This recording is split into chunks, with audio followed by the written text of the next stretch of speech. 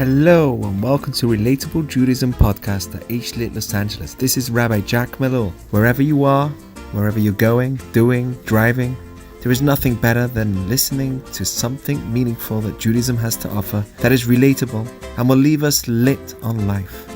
Oh, you speak Hebrew? Okay.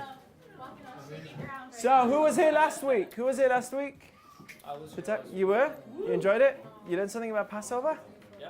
Okay. What did you learn? Can't eat cookies on Passover. Oh, that's true. Great. You didn't learn that from me, though. Okay, so last week we spoke about how you do not want to come into Passover the same way as you do every year, which is basically something on the lines of this. You walk in, what are we eating? Oh, matzah. Oh, I can't wait for the chocolate matzah. But wait a second. We have the kiddush process first, which is going to take about an hour longer than a normal kiddush process. We're going to make the kiddush, and no one knows what we're saying. Then we're going to go, because we can't read the Hebrew and the English at the same time, and probably the Hebrew is easier to understand than the English in general anyway. Right? Make sense? The English is so complicated, at least for me, the uneducated. The English is so much harder than the Hebrew. Then you get to the actual meal, and you have the yachatz, you have this and that, and there's conversations and magid. Does anyone know what I'm talking about, especially if you go to a rabbi's house? Right? Passover is forever, and you're starving at the time of 8 o'clock, 9 o'clock. By the time some food comes out, you are so hungry, and then the food doesn't stop coming out. Right? It's just endless. The soup and the meats, and you're like, whoa. By the time you go home, you have this mix of matzah and wine and food. It's just really, it's not looking good for the next few days. But don't forget, you have another Passover Seder that you've been invited to by somebody else. Right? So it doesn't end. So I want to make sure that that night is well prepared for us. If you're doing Passover, the story of Passover is well prepared for. It's the most important night, one of the most important nights in Judaism. And I want you to be prepared, finally, if not now, then when? When you have kids, and you say to yourself, oh, dang, I'm going to teach them about Passover, but I don't even know what that is. But you want to make sure you're ready now, and you're ready now for this year's Passover, and for next year's, and so on. Okay? This is our oldest tradition, period, as a people. Way before everything, 1,500 years before Islam came to be, and more than 1,500 years, about 1,800 years, and over 1,000 years before Christianity came to be. So we're talking about a long time we as Jews came about, and it started on this night of Passover. So we said, why are we, as people, this is what we spoke about last week, so obsessed with Egypt? How many years ago was it? 3,300 and? 25. Close? I checked up just today. 3,331 years since the Jews came, exactly to the date, since the Jews came out of Egypt. That is a long time. Is that long? Do you know 3,000 years? Right? That's crazy. Why on earth are we still talking about a story that happened so long ago? What significance should it have to me 3,300 years later? That is insane. And not only that, why are we celebrating the story by actually living the story? So we take out matzah and we live like we're in Egypt for a while. I mean, wouldn't it be better just to wear a t-shirt which said on it, we came out of Egypt, and on the back it'll say, freedom is bliss. Yo, what's up, dude? Right? Freedom is bliss. Life is awesome. I'm glad to be free in this country which doesn't always seem so free to many. Right? So I'm glad to be free. Should I say that? Why isn't that better? Right? Instead of that Nike shirt, you can have an Egypt freedom shirt which says, free from Egypt, Jew, and I enjoy freedom. Freedom is bliss. And we should all wear the same shirt. Just the question is, which company will we go to? That will be a big problem.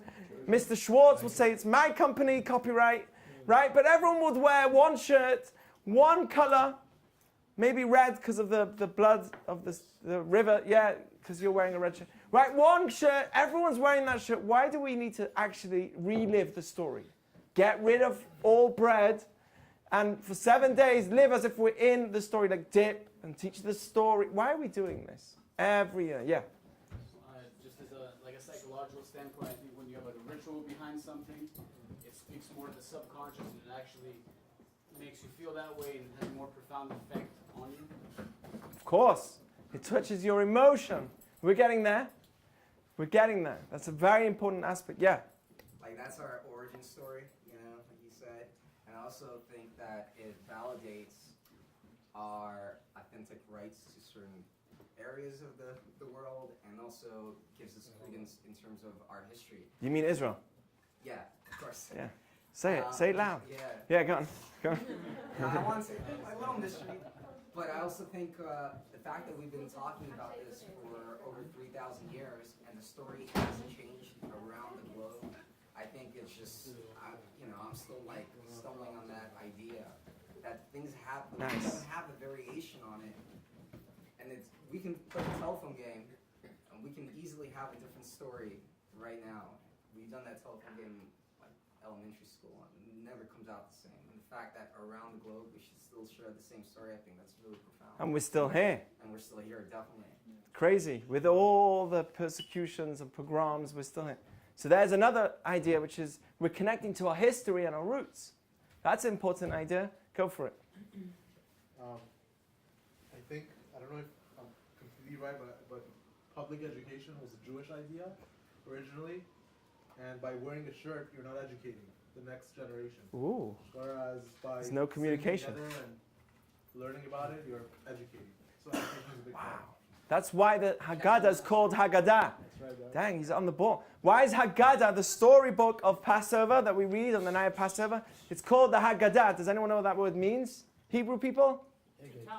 To tell, to teach, right? So we're all about Pesach in Hebrew actually is combined of two words, which means Pesach, which the mouth speaks. The whole idea of education is communication, right? And it's so important. You know, you could see archaeology or pieces of art that were from hundreds of years ago, but you'll know nothing about the communication, the form of communication that the people had, unless you hear how they spoke and the language that they spoke. Unless you hear the communication, just a picture alone can't tell you enough.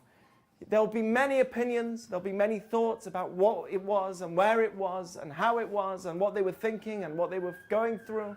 There will be many opinions, but you can never be guaranteed the exact feeling of the culture without actually hearing the language. So that's a key part to us, is our education. By the way, the Jewish people were the only literate people, period, throughout history. That is a historical fact. There was many, many people that taught, but most times it was only the people that owned land that had the ability to speak. I mean, to read. Not only speak, everyone spoke, but right. But the Jewish people, not only did the men speak, the women spoke, which wasn't a thing that always happened, right? Not speak, I mean they read. Sorry, they always spoke. So not only did the men read, the women wrote. Too much tequila. Yes, too much tequila. And not only the women, but also the children as well. The children were also literate from the beginning.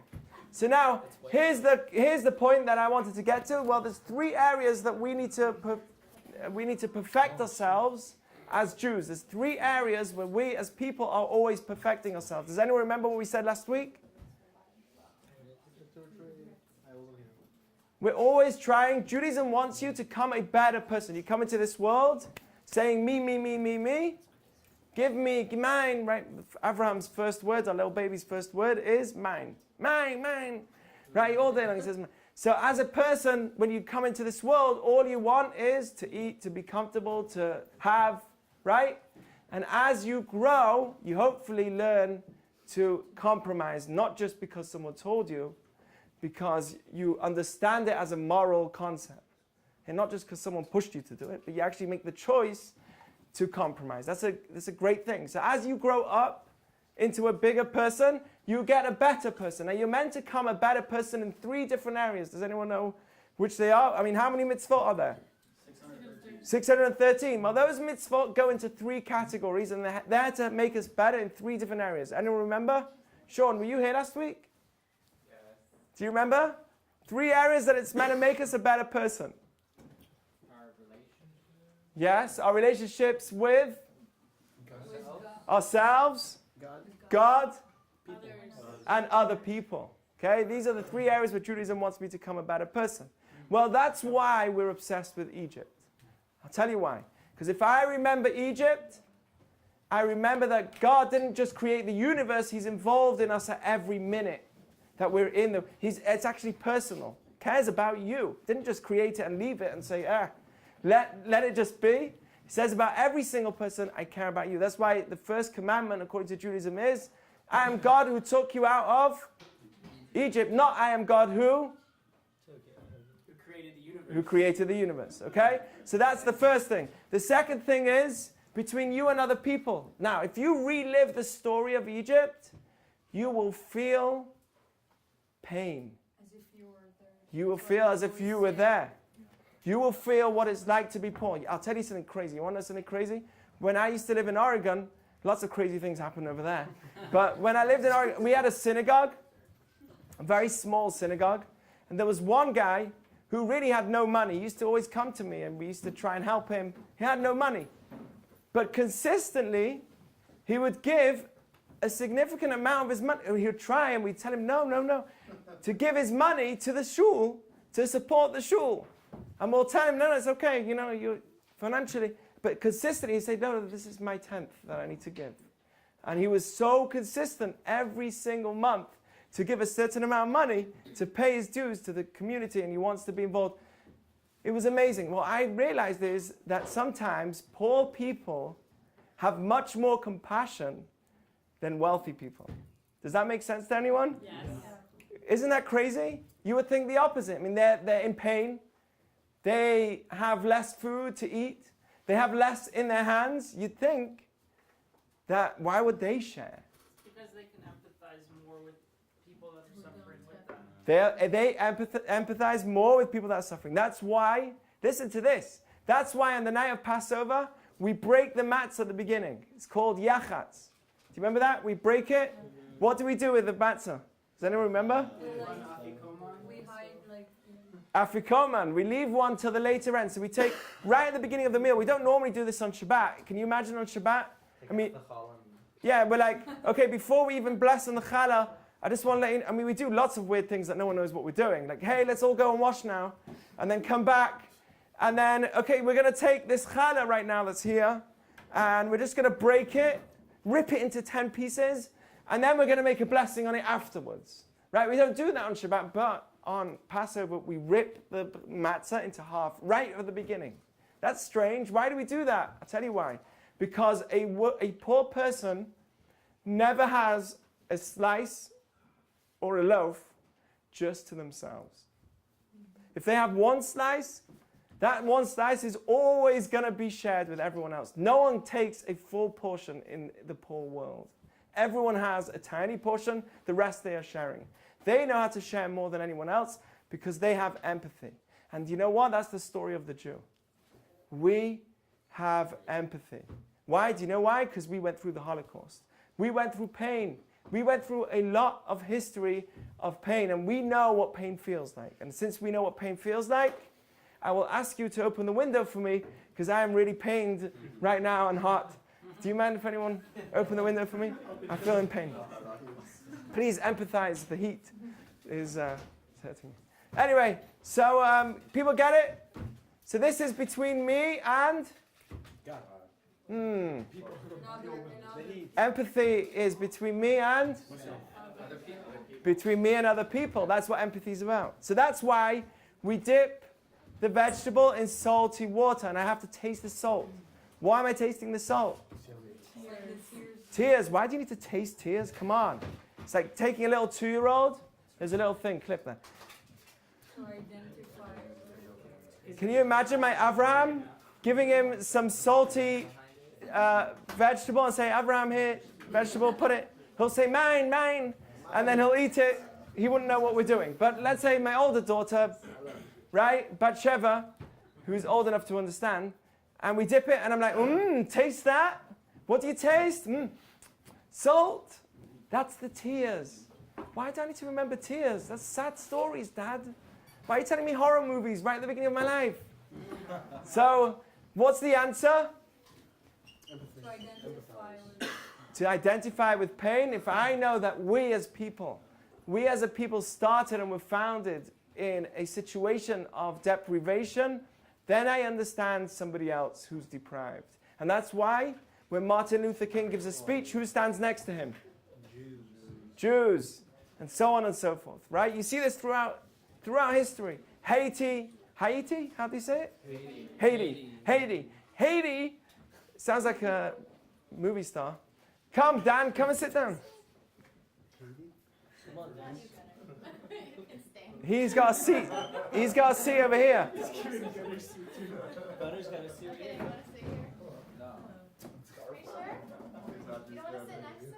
Okay.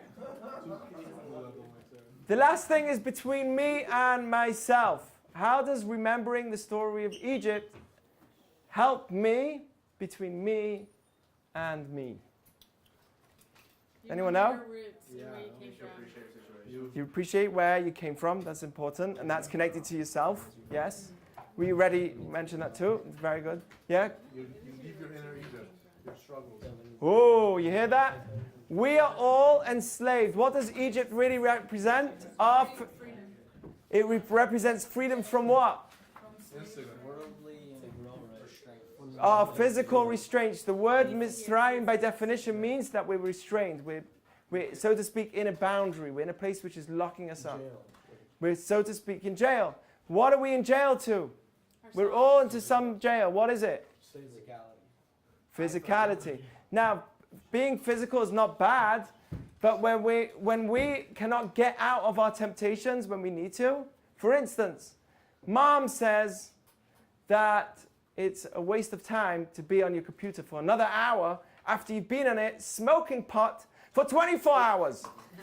You're going to trip out, right? So let's say, whatever, right? So let's say you're playing your Fortnite game for 24 hours, and you're about to play one more hour, and the door is like boom, boom, and it's not you just tripping on some weed.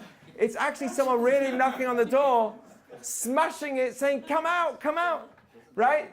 Let's say, what did he say? So let's say, that doesn't happen. it doesn't happen. Okay, that's why I'm not in that world. Someone was knocking on the door? Yes, your dad. So let's say your dad's knocking on the door saying, get out, you're just on there for too long, and you cannot get up because you're enjoying Fortnite so much. This is a life-changing situation. You are about to take over some fortress with all the monsters that are there. And I don't know how what is Fortnite? Yeah, no, I know that much. Yes, it's a video game, that's what I'm talking about. So Fortnite is a video game, and you're playing Fortnite, and you're on your 24th hour, finally you think it's done, and then all of a sudden, Dad knocks on the door, and you know you're wrong for being on it for 24 hours. You cannot possibly, you need to sleep, you need to eat, you need to live. This is unhealthy. And Dad is right. He's knocking on the door. Now, if you stay for another hour, what are you doing? You're enjoying your time. Are you doing what's right for you? You recognize it's wrong for you. Are you doing what's right for you? No. So why are you doing it? Because you're a slave in Egypt. That's why. What's the slavery? Indulging. Technology. Well, it's not technology. It's something more than that. Desires, willpower, temptations. You're enslaved to your temptations. Yeah. Now let me ask you, if you only listen to your temptations, are you really free? No. Why not? This is why, by the way, everyone's unhappy today.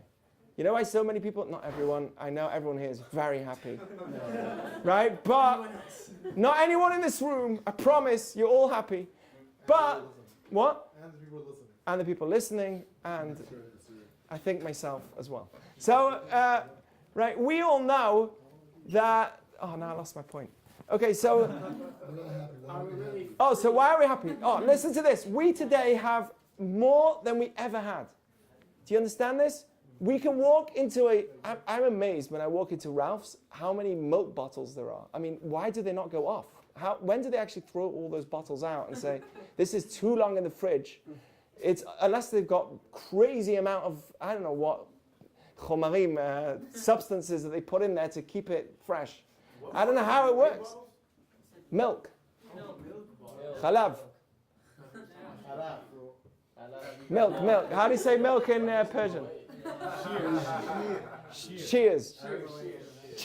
Right? Do you know how much cheers there are in the fridge in Ralph's? I was like going nuts. I know, I'm just playing around. So, of course. I go to the icing section in Ralph's, and I need a pink-colored icing for the birthday cake that was 2 weeks ago. Okay, so I need to go and get the birthday cake icing. I go there, and there's like 1,000 ice cream. There's 1,000 icing. This is the story of my life. So I take a picture of all the icings that I see, send it to Shira, and I'm like, which one? And then Shira has to get back to me 10 minutes later because it takes time to really work out which one you want. Right now I'm joking. Immediately. But there's thousands of icings. Just icings. Why do you need so many? Make it easier for me. Have one. But no.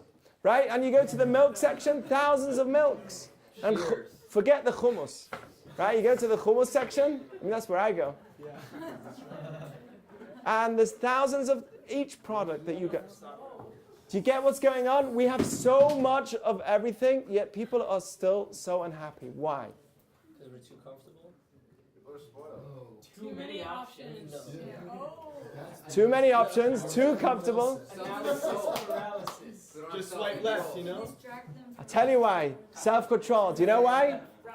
Let me tell you. And by the way, if there's nothing in Ralph's that you wanted somehow, I don't know how there's nothing you wanted, you can go on Amazon and order it to your door, Prime Now, and it'll arrive 2 hours later.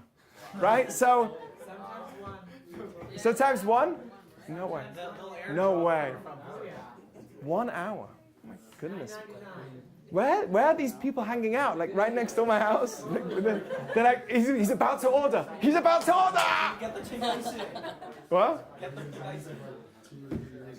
Yeah. It's kind of like how you're saying the guy in Arjun was like more compassionate because he had less. So it's like the less you have, the more you value what you have. Right. The more you value. More, then you don't really know what to do with that.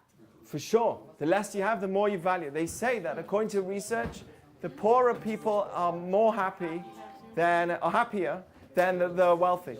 It's actually good. But yes. The poor person also has less options. You know, he doesn't have so much discretionary income.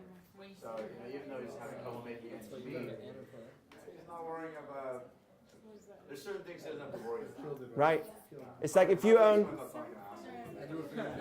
It's if you own 10 properties. It says if you have more, the more property you have, the more worries you have. More money, more problems. More money, more problems. So we're not getting to the end of it. I want to tell you a new reason. I want to tell you a Passover reason why people are very unhappy, even with everything they have. And today we have everything. And yet people are more unhappy. When I was once saying this in Oregon at a university, so someone said to me, yeah, because we have more research now and we know more people, you know, it was getting very upset. We have better doctors and we have a better system and we have better records and we know that more people are unhappy. So it used to be we never recorded everyone. So now we're recording more people, so we know more people are unhappy. It doesn't change the reality. Still, people are unhappy and we definitely have more than we ever had. So even if you're going to stand up and get upset with me because doctors are better now and we have more records and we know more, it still means that people are unhappy. And we need to find out why. We have so much. Yes? I said that's not true because they actually check on this, the poor countries, people living in poor countries that much more happy than people who live in countries with Nice. big economies. So he will tell me in the poor countries they're not recording all the problems. Anyone who's depressed will not go and get medication for his depression. That's what they will tell me. Anyone in Africa who's depressed is less likely to get diagnosed or to get helped. That's what they will tell me. Who's that? The people that were in Oregon when I was in school teaching. Oh, people in Oregon. The academic students in University of Oregon. Yes. Out of curiosity, what standard of happiness are they basing it on? I mean, how do you even gauge that concept? Because it's so subjective. It's true, very subjective. But at the end of the day, whatever they describe, someone's unhappy. Maybe the levels of depression, the levels of suicide, the numbers of suicide, the numbers of, there's many things that have been bringing people down. Yeah. I think that's why when you go to Israel, it's just a much greater experience because you're so away from like the technology and like no Wi-Fi anywhere. Yeah, when Gunnar and I being in marketing, we see technology all day, and we could see how it like deprives people. Why? That's my question. Why? All of this accessibility and comfort is really hitting us. I think also because we have so much, so people are now comparing a lot, comparing themselves. Comparative. Like, my happiness is smaller than someone else's. These are all true ideas. Very true. Right? When I'm comparing, it's everything's relative to me. If I'm living in a place where I have nothing and no one else has nothing, so then I'm happy. But if I feel like I'm a pauper and everyone else is running around in a Tesla, so I feel bad, like why am I not in this self-moving machine? Yes. Jews especially are unhappy. I feel like Jews have more. Thank you. Jews have more like neuroses, I think, than most people. You're Jewish too, I'm a member of the tribe. So you think we're less happy? We could be. If we don't direct ourselves well, we can be even less happy. I agree, because we're in social circles which really push us more. You have to have a wedding at this standard, and you have to have a certain lifestyle on this standard, and you have to be married. No, 26. No one else is married in my community. Like, what's going on? I was in... All Jews. There's guilt, there's demand. The reason behind it is, Jews have more critical thinking, and we're always analyzing things. And it's stressful. It's stressful when you're looking way far ahead. When you're just looking at right in front of you. So I should be quiet for now. The more intellectual you are, the less happy you're bound to be. I think, This goes to another discussion we have here about more prone to stress. Shame. If you feel like the more you know, you're smarter. If you be embarrassed or feel shame like that, you know enough. Yeah, we've had that discussion. We have the opposite of ignorance is bliss. We have knowledge is So we have the knowledge. We know too much. Knowing a lot can be painful. Yes, information can be painful. No. Not easy to be a Jew. But I want to make you think different. I want to really make you think this time. In general, not even Jewish, just like as a human being, doesn't happiness come from being grateful? So if you're not grateful, you're not going to be happy. True. Yeah. Gratitude is a big part, and that's a big part of Judaism. Right? I read Shem. I read an article in 2018 that they had people from each country of 60, 70 different countries to decide which is the happiest country. And there's different, Finland or something was recently. It was Denmark. It was Denmark? I've been to Denmark, the most dull, boring place ever. So but those countries... Only when there's no one there in the mountains you feel great. Actually, Finland has one of the largest amount of suicides because the winter gets really depressing, and that's what I heard. Oh, so maybe they're talking about... Yeah, maybe they're talking about happiness after life, in the coffin. Can't get worse. Yeah, Vlad. So, I think there's a lack of balance overall because people are maybe during on one side of the spectrum, either good or bad. And the other thing is regarding happiness, to me it's such a subjective thing. It is subjective. For someone to go out and have a nice dinner, makes a world difference to them. I don't really care, it's just food, and I'm getting weighted on. So in that level of subjectivity, I can't really understand it. But in the Torah it says the person who's happy with his lot. So there's no contentment. And I think it's very good to have goals and aspirations to work for something, you know, do that, great, Right. new iPhone or whatever, but be happy with what you have, and it's just a state of mind. So I think until people realize that they're always going to be chasing something, it's easy to say, like, once I get the car, I'm going to be happy. You get the car, and now what? Now you're happy? What's the next goal, right? So people are constantly chasing another thing, and it's Beautiful. really materialistic. Beautiful. So there's a whole class that I give on happiness, which is exactly what you're saying. And it's all, that's why the word, by the way, for happiness in Hebrew is basimcha. Simcha is happiness. To be in happiness, like in a state of happiness, you put a bet before it. So it comes basimcha. Basimcha, yeah, you can say. So that word actually makes another word. If you move the letters around, you have another word. You know what it is? Machshava. What's machshava? Machshav is a computer. It is a computer. What's a computer? What does a computer do? It thinks. Not really, but it's machshava literally means to think. And a computer is called a machshev. Machshava means to think. Same letters as happiness. You know why? Because your happiness is a state of mind. But I want to give you a new outlook. All this stuff is very true. I want to give you something you may never have heard. And here's the answer that I think that less people are happy even with everything we have. A new perspective. Do you want to know? Sure. This may change the way you think of life. You ready? Yes. You ready? Ready. Bum, ba-dum, ba-bam, ba-bam. Okay, listen to this. This is what it is. If I get whatever I want whenever I need it, if I have whatever I want whenever I need it, whenever I ask for it, whenever I look for it, at the moment, or almost at the moment that I need it, an hour later, right? Or immediately as I get it in the store, whenever I want something, I immediately have it. And it could be even information on my phone. I get it immediately, then I'm just being a robot. Do you know why?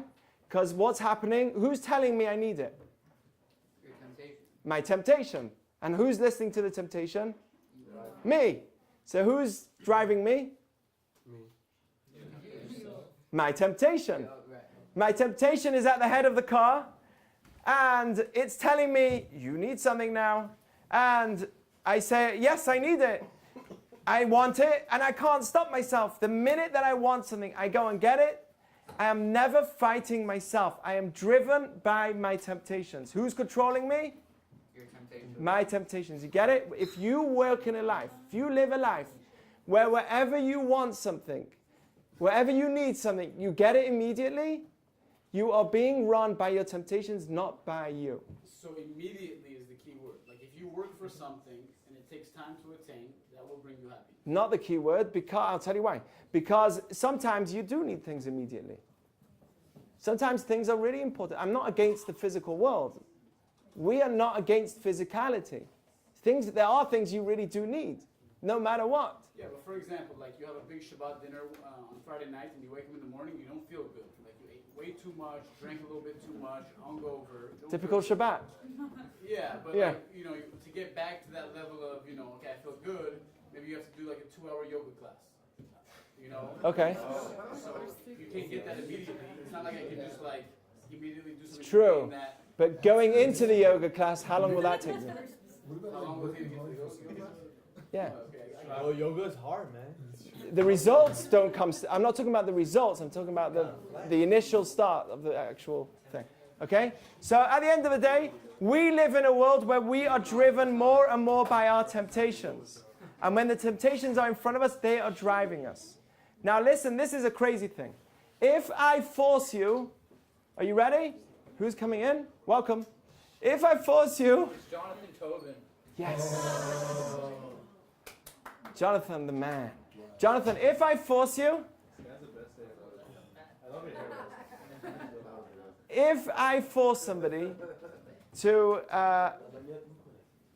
get married, Yes. right? If I force somebody to get married, I can't. But if somebody was forced in some place, I'm not going to name it because someone will get offended. If some place someone got forced to get married, right? Will it be out of true love? Yes. If you got forced into marriage, it'd be out of true love. It will be love?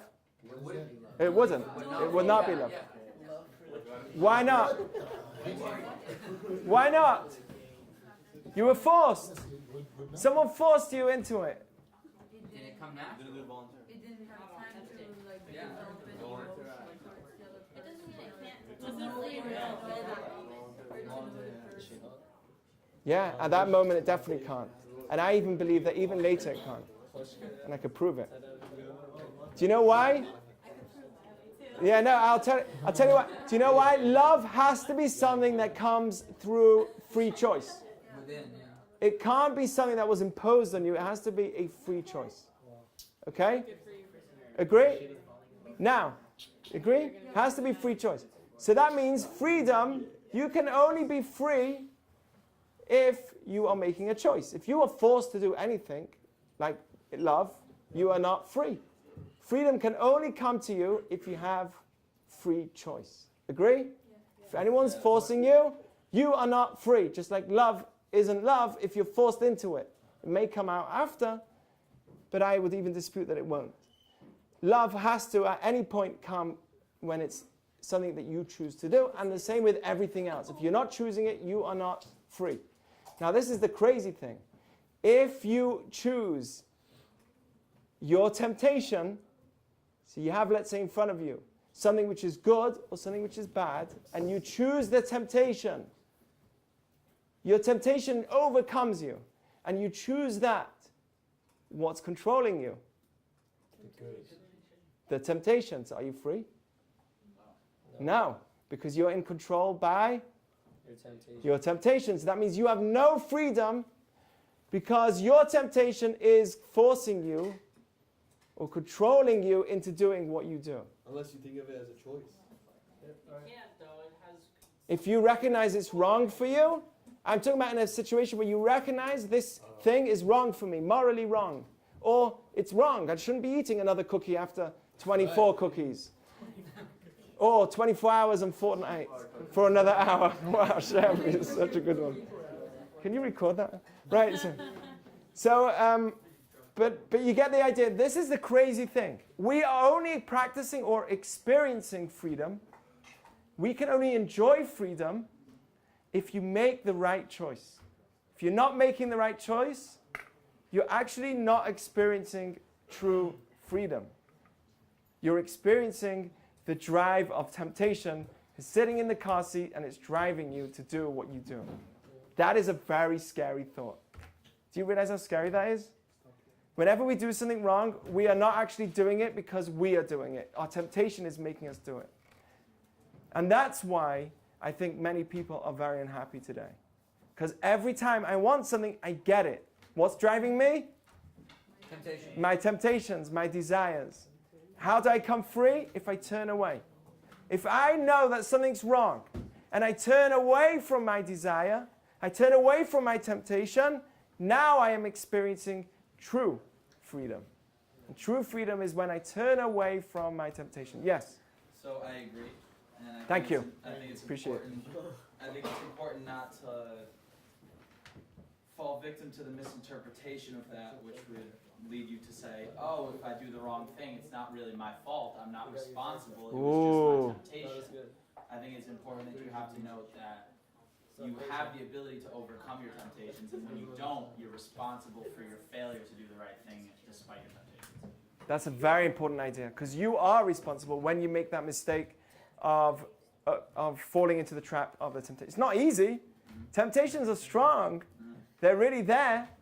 And it's a miracle when you turn against it. Yes, Dan. Hi, Jonathan. Thank you for your contribution. Okay, so let's carry on.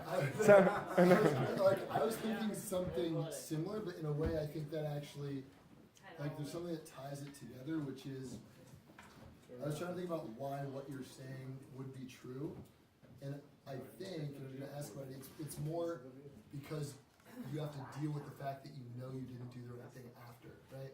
Right. So if it was just like giving into your temptation, and you were driven by your temptation to do something that you wanted to do, if it stops there, I don't think you're unhappy, I think you're happy because you just did something you wanted to do.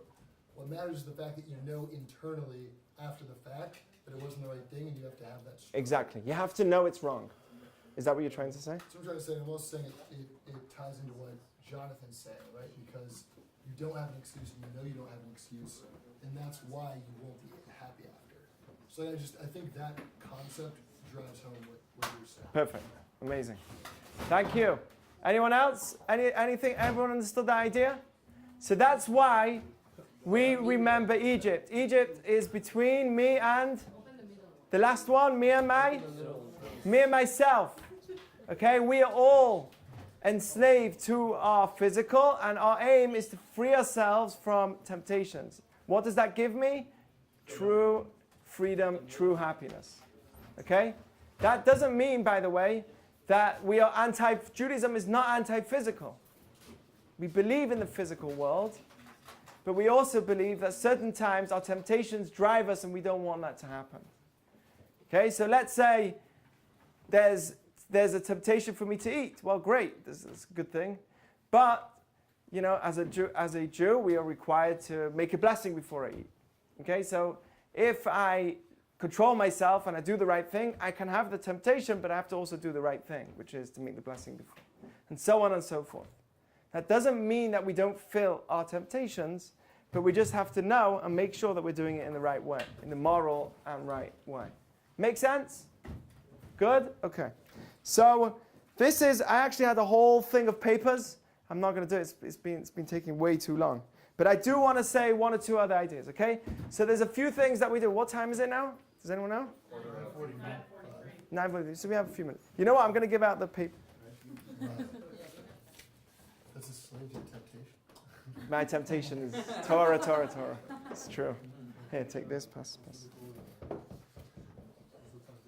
So one of the main things about the story of the Seder night, the Haggadah, is questions, right? We encourage questions. Everyone ask questions, right? That is one of the things. I'm just giving out a paper with a bunch of questions in it.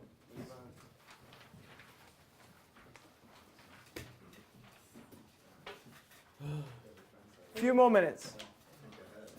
Some interesting ideas.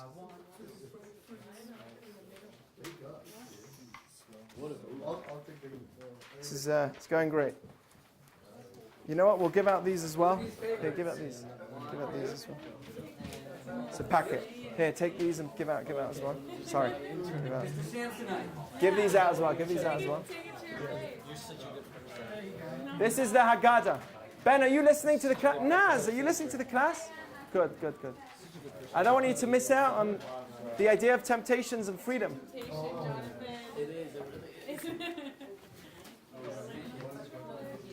Okay, listen, we're going to do like this. I'm going to say, unfortunately, we don't have that much time. I printed this weirdly. This is the front of this. This is the Haggadah, and this is the front of the Haggadah, okay? You ready? This is the front of the Haggadah. Okay? Passover.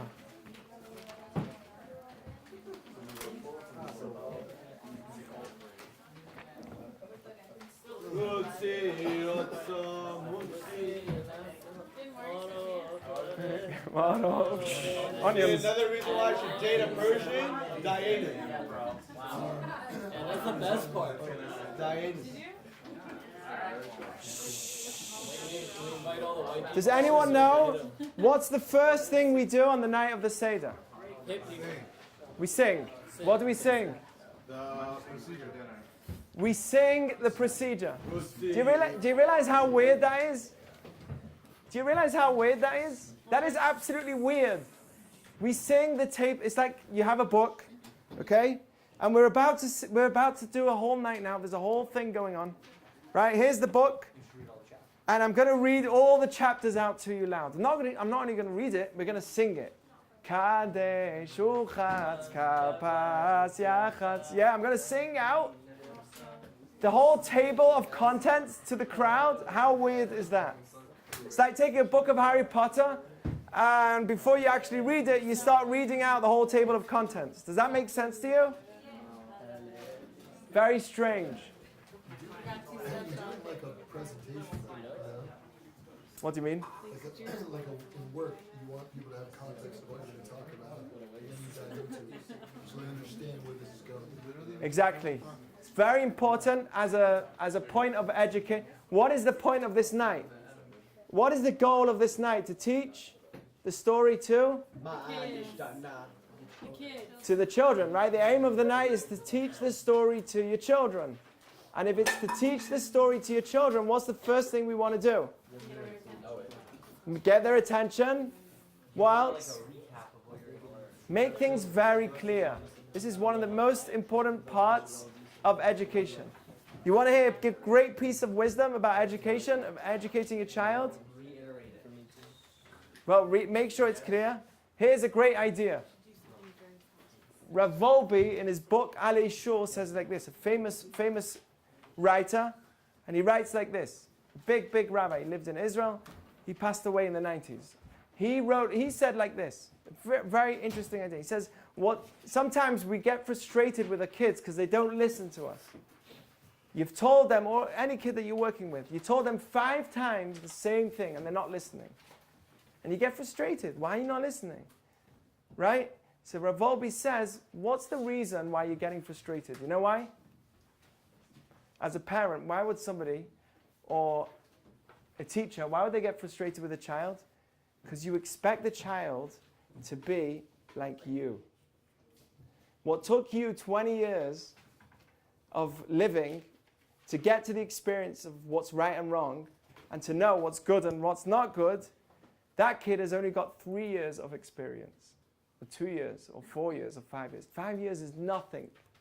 And you're expecting a 5-year-old to have the experience of a 20-year-old to know what's right and wrong. That's why we get frustrated.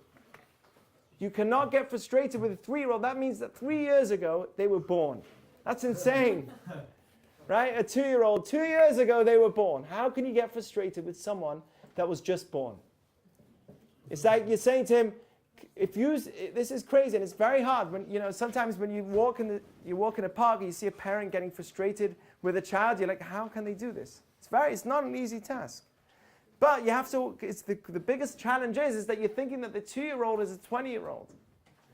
It's 2 years. Do you know what it takes? 2 years, that's 24 months, that's nothing.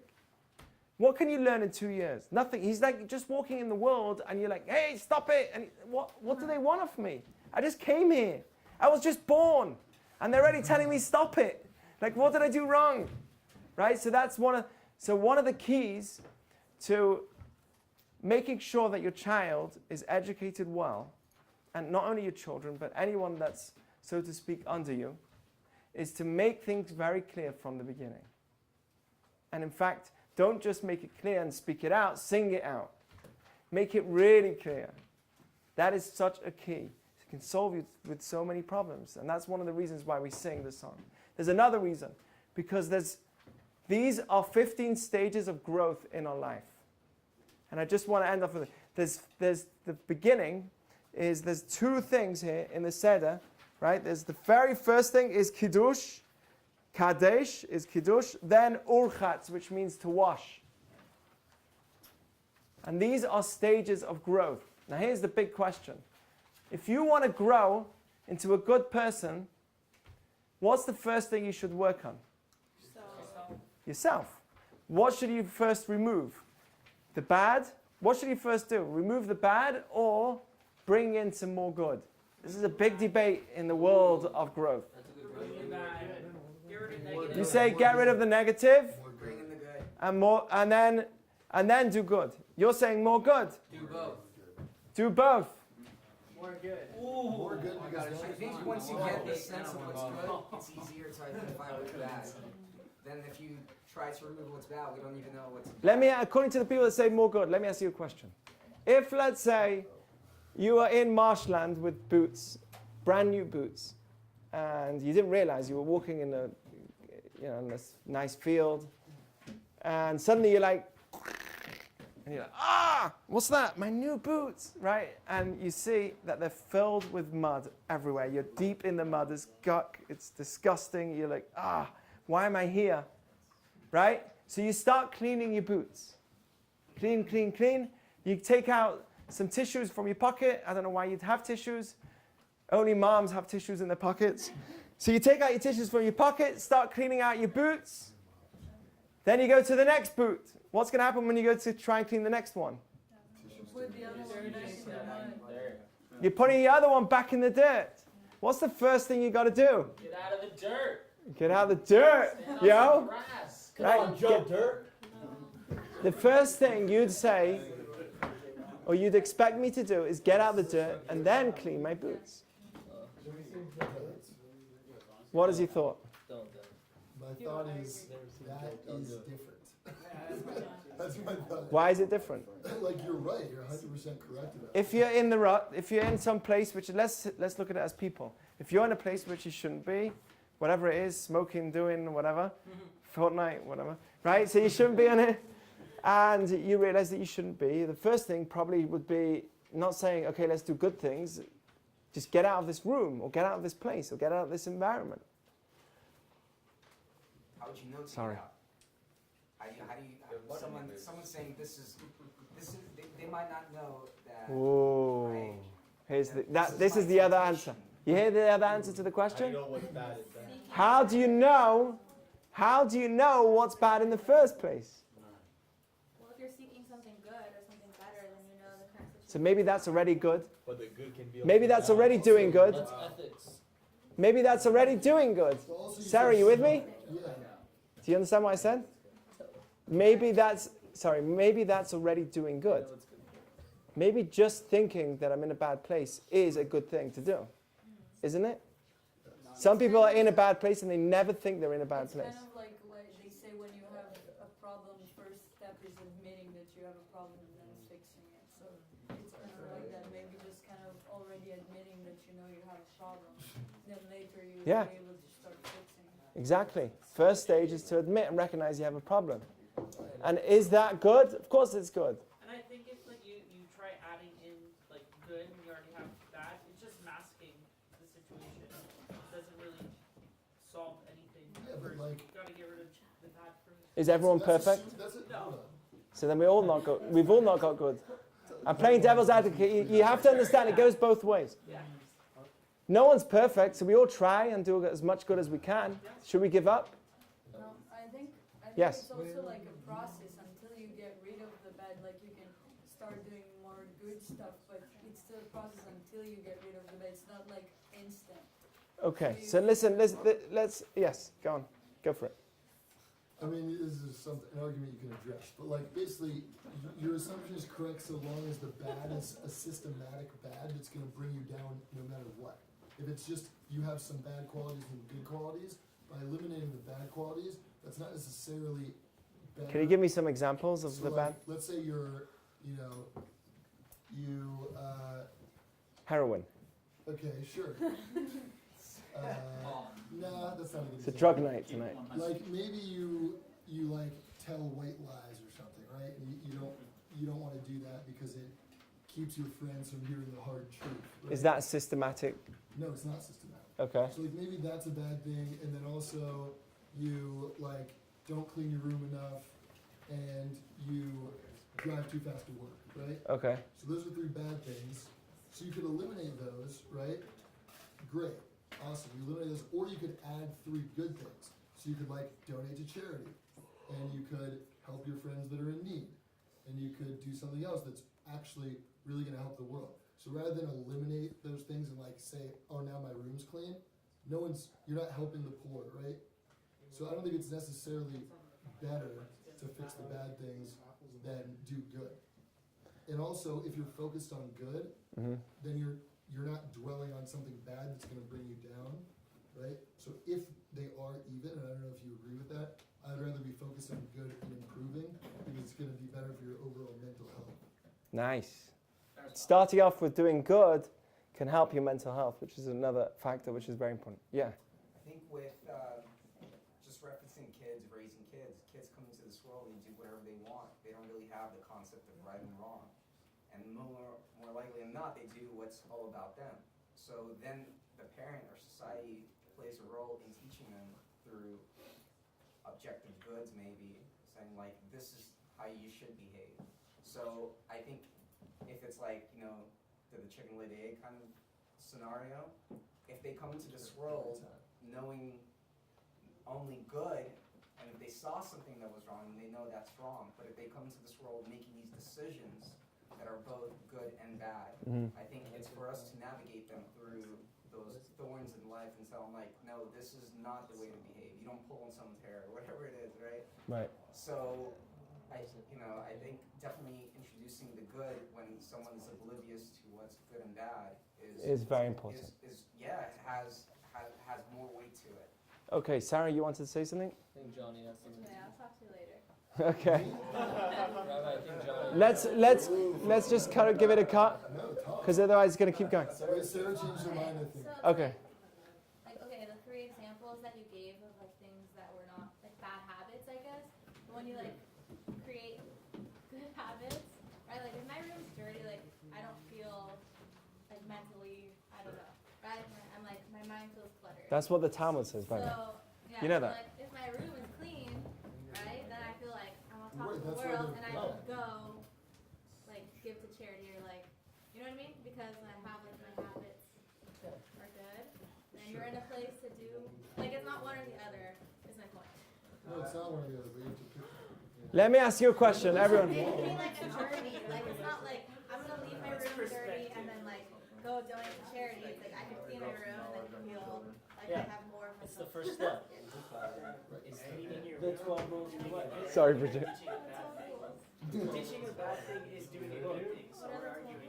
I'll tell you about it. Go, Jonathan here. We have to stop conflating two very unequal actions, like giving charity and not cleaning your room, or it would be more like the people who are giving charity and helping people, but at the same time making their wealth through destroying communities and killing people in other countries.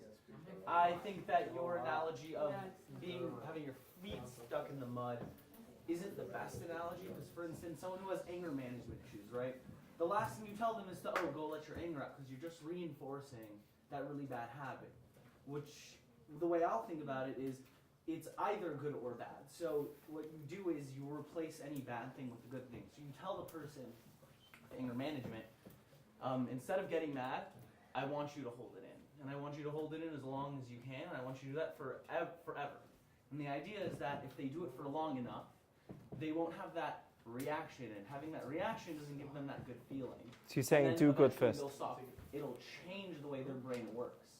So do good first, and what will happen is if you're doing the right good thing, it's going to replace the wrong thing inherently. That's a weird example too, though, because that's in one area. That's like doing both at the same time. Right? Yeah. So what are you going to do? Just cover up the bad things you do with some giving charity?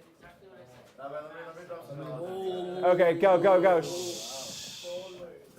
Devin. You have to think of our physical bodies as like a vessel. Wow, I see where this is going. Like a vessel as we do, enter this vessel. Now this vessel is filled with some murky water, or some grimy whatever. As the mitzvahs enter, guess what? Your cup fills over. And the bad goes out as the good comes in. And over time, you'll be left with a beautiful vessel full of good things. But if it's possible to first spill out that vessel and refill it anew with the good, of course that's a better solution. Beautiful. Like it's powerful. What happens if you... Listen, let me ask you a cool question. If oil is dirt, right? Because you get on your shirt dirty, right? It happens to me all the time. So oil is dirt, water is what cleans. Agree?